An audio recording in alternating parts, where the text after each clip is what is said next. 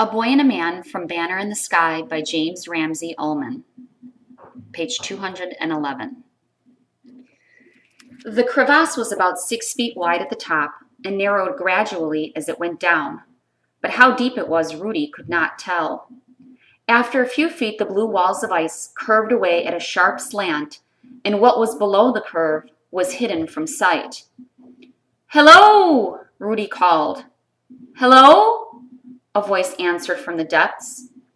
"How far down are you?" "I'm not sure. About 20 feet, I'd guess." "On the bottom?" "No, I can't even see the bottom. I was lucky and hit a ledge." The voice spoke in German, but with a strange accent.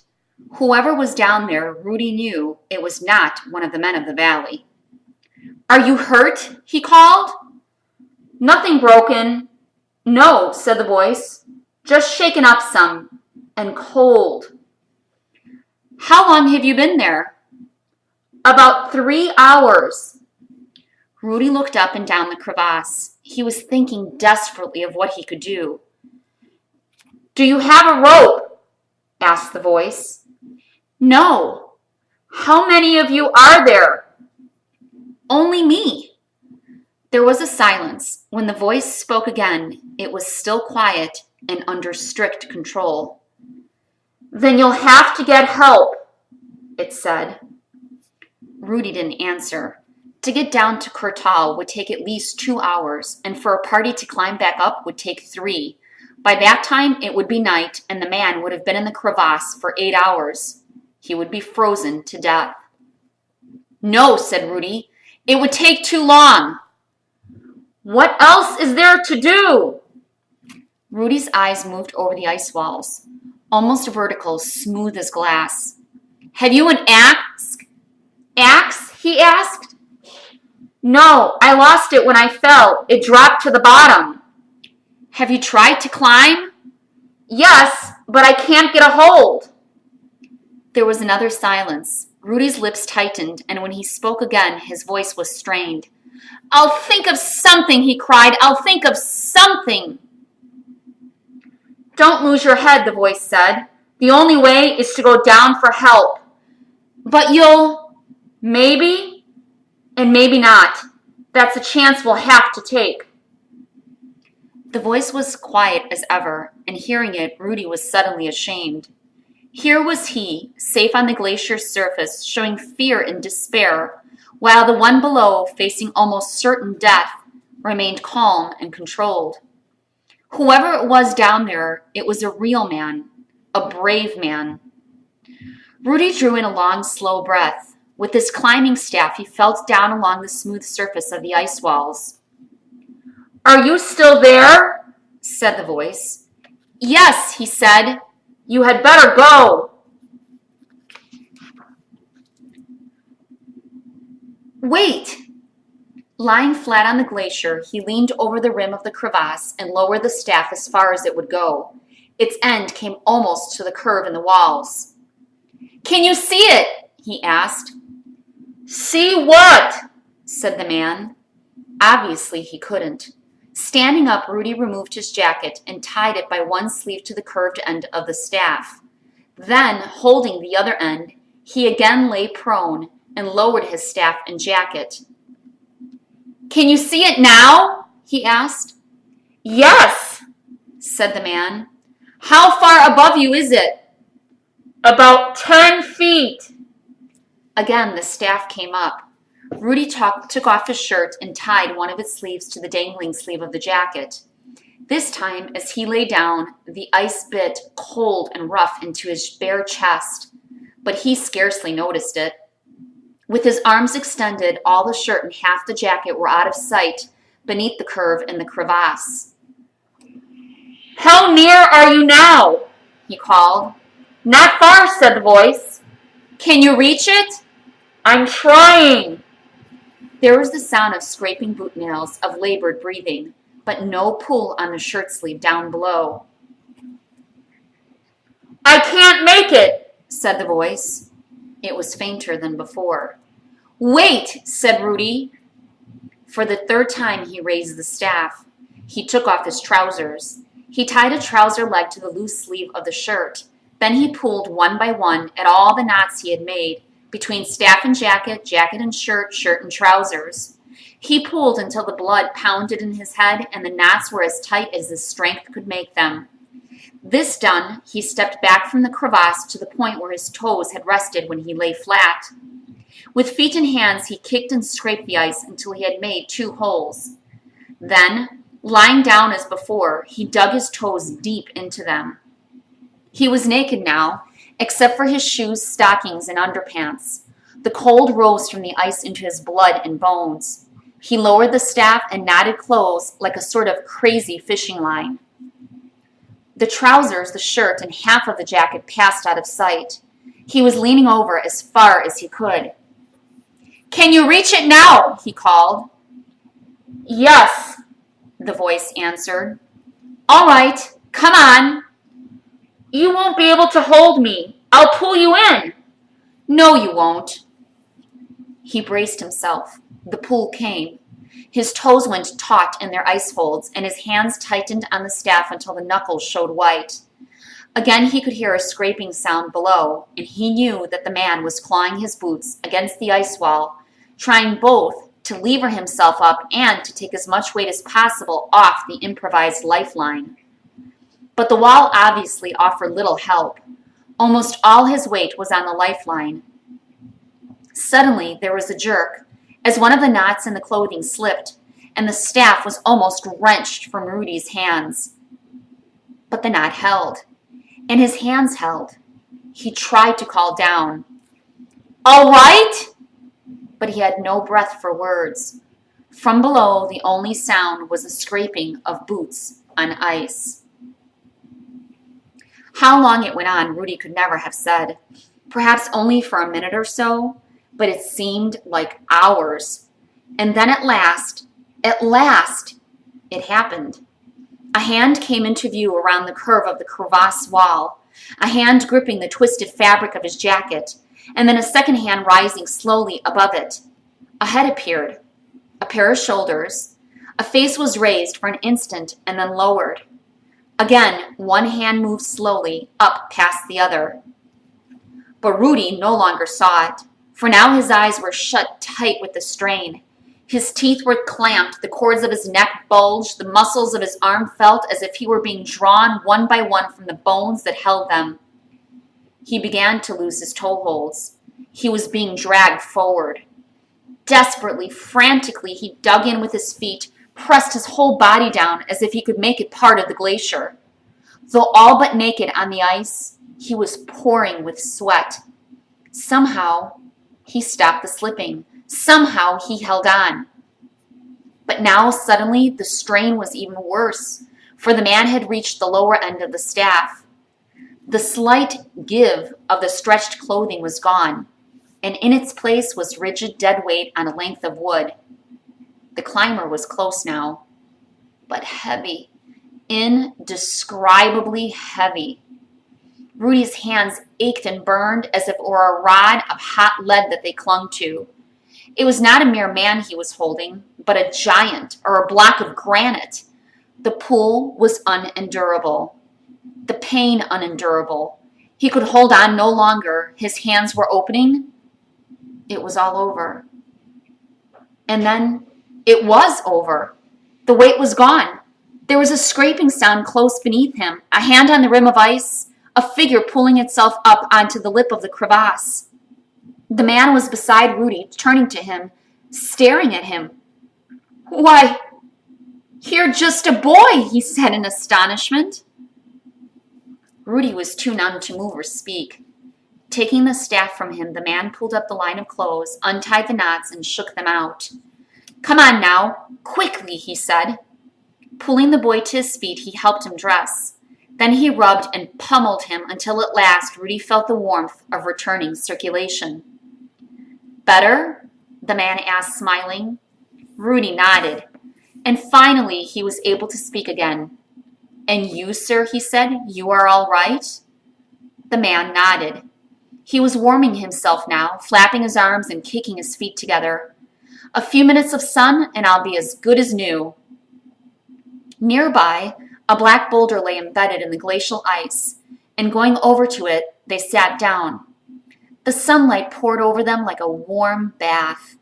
Rudy slowly flexed his aching fingers and saw that the man was doing the same. And then the man had raised his eyes and was looking at him. "It's a miracle how you did it," he said. "A boy of your size, all alone?" "It was nothing," Rudy murmured. "Nothing? I only saved my life," said the man. For the first time now, Rudy was really seeing him. He was a man of perhaps 30, very tall and thin, and his face, too, was thin, with a big hawk-like nose and a strong, jutting chin.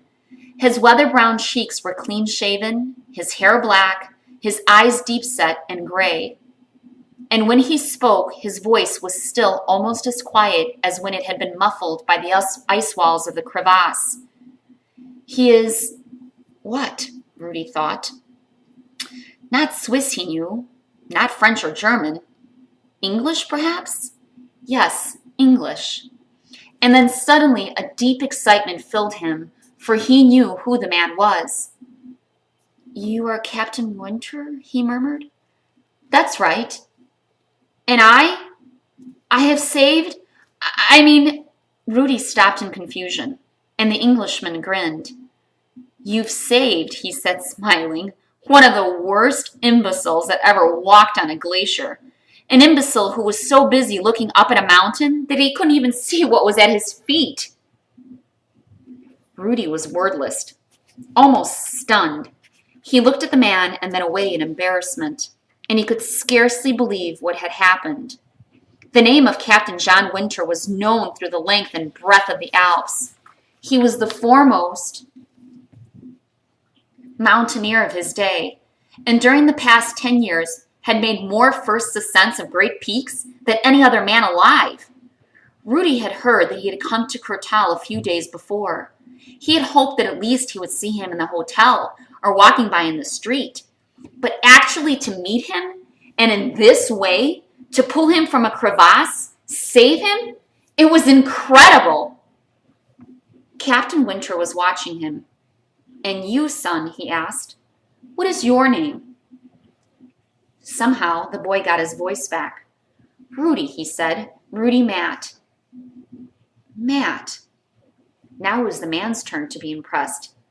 "Not of the family of the great Joseph Matt." "He was my father," Rudy said. Captain Winter studied him with his gray eyes. Then he smiled again. "I should have known," he said. "A boy who could do what you've done. Did you know my father, sir?" "No, unfortunately, I didn't. He was before my day, but ever since I was a boy, I have heard of him.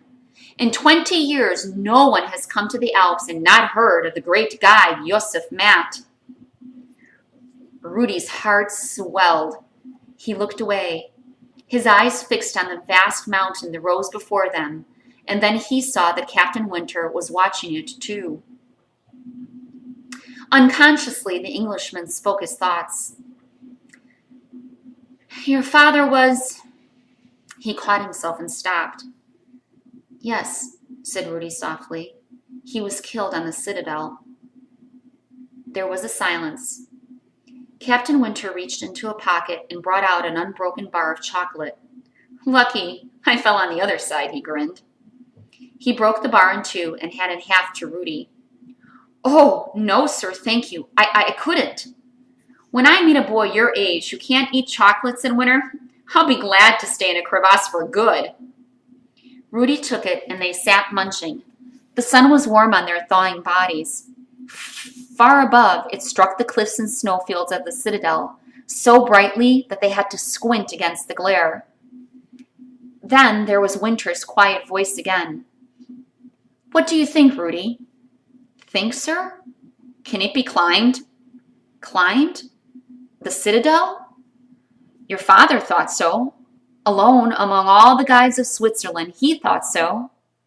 There was another pause. "And I think so too," said Captain Winter.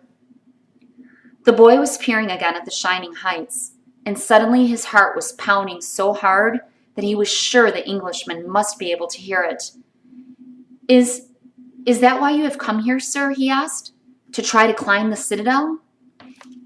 "Well, now," Winter smiled, "it's not so simple, you know. For one thing, there's not a guide in the valley who would go with me."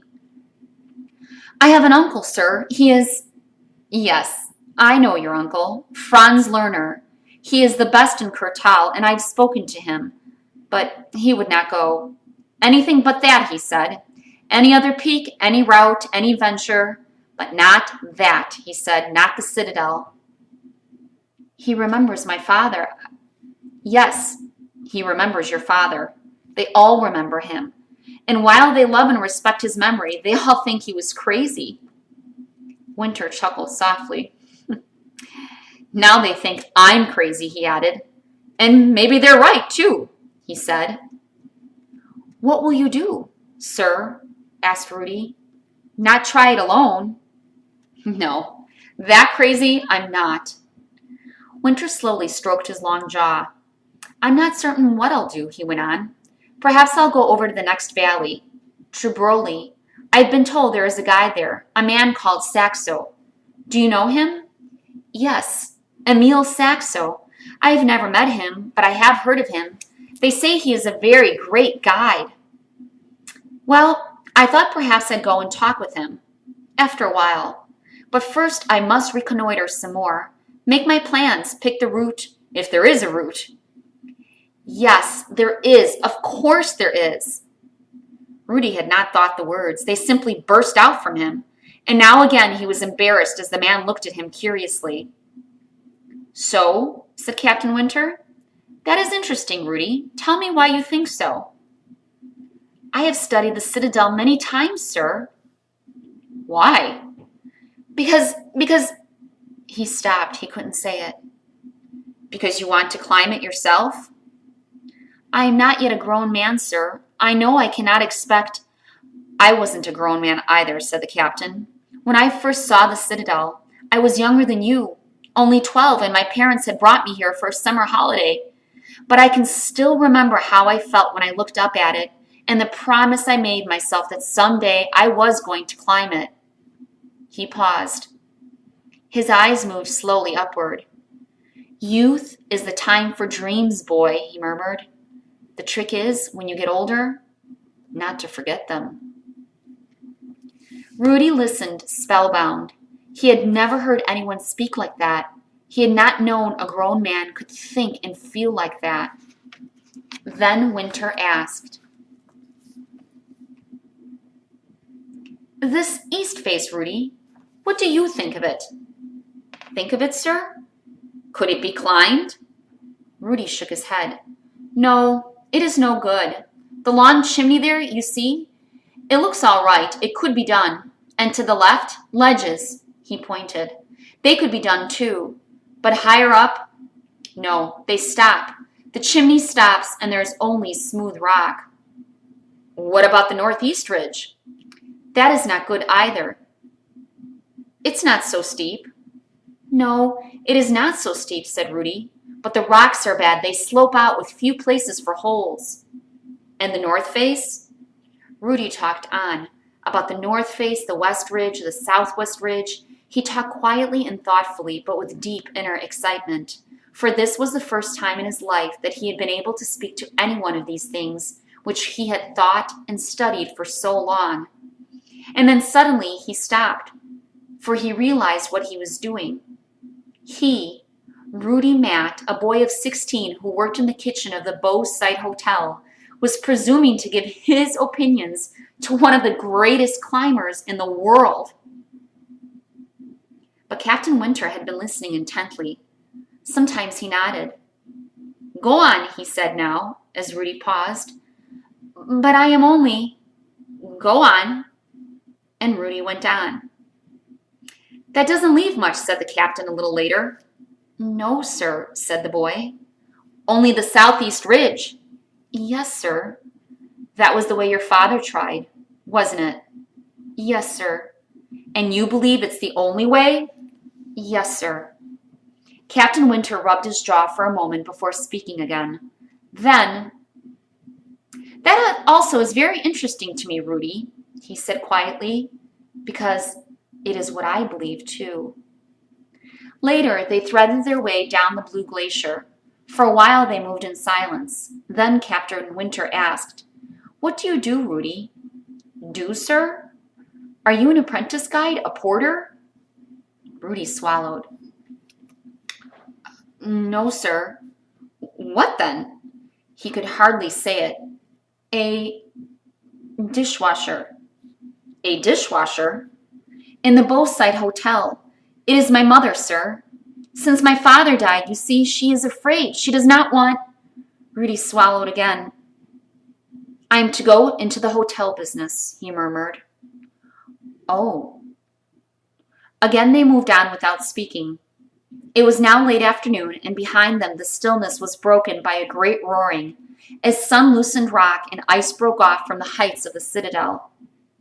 When they reached the path, Rudy spoke again, hesitantly. Will you please do me a favor, sir?" he asked. "Of course," said Winter. "Before we come to the town, we will separate, and you will please not tell anyone that I have been up here today?" The Englishman looked at him in astonishment. "Not tell anyone? You saved my life, boy, and you want me to keep it a secret?" "It was nothing, sir, truly. And if you say that I have been in the mountains, my mother and uncle will hear, and I will be in trouble." Rudy's voice took on a note of urgency. "You will not do it, sir. You will promise, please?" Winter put a hand on his shoulder. "Don't worry," he said.